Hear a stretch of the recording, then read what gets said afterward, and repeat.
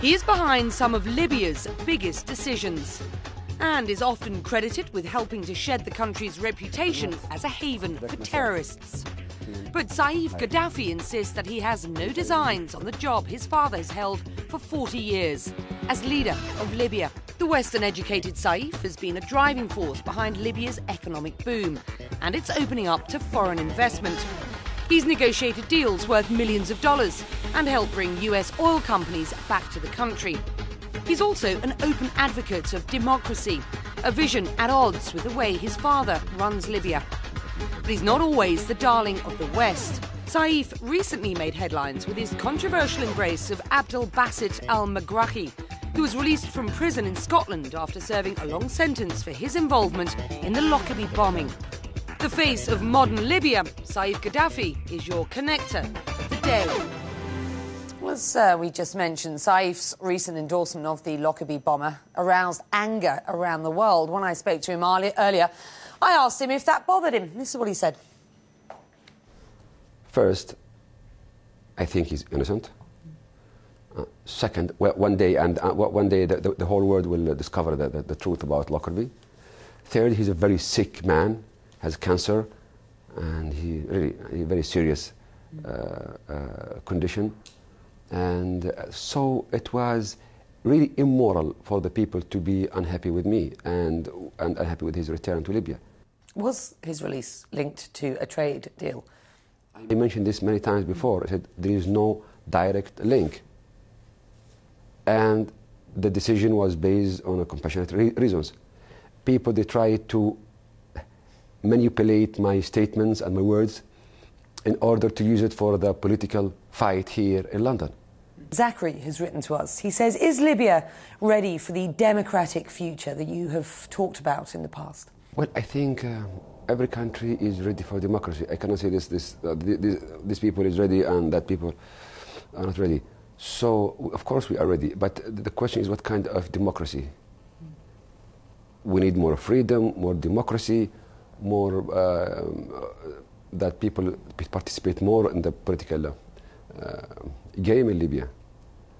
But if you talk to me about political parties, about a free election today, of course I will say not.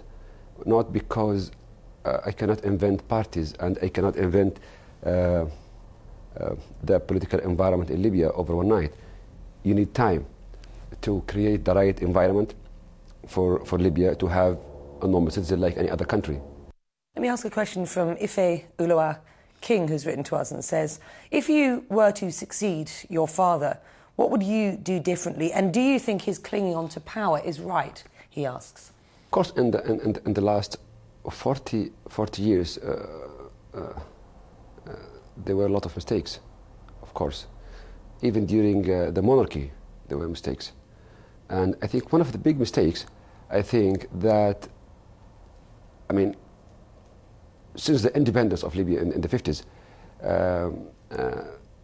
the state and the government didn't foster and support civil society and political parties and created the right environment for a democratic system in Libya.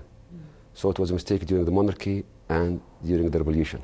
I've got a number of questions about civil society and about democratic institutions. A lot of viewers, though, have asked something along these lines. How do you respond to accusations that your father is corrupt and that he is giving Libya a bad reputation?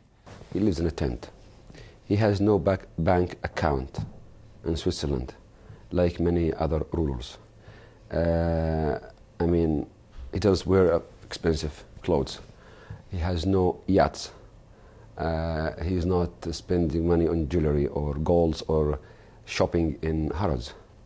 So he is very modest and strict person. But many people, they disagree with him politically, and they have their right to disagree with him. But to say he's corrupt, of course not. You've talked about the fact that there is no transparency in politics in Libya at this point. Do you see a role for yourself in the leadership of Libya going forward? course, I'm active now in my country, because at the end of the day, I'm Libyan, and this is my country, and the Libyans, my people, are my people. So I have to be active, and I have to help, and I have to contribute to the reforming process in Libya. And doing this not alone, but with thousands of young Libyans, and we are all working together. Dowdard has written to us, Saif. He says, how do you suggest that the Muslim world play a more significant role in the future world economy without the leverage of oil as a currency?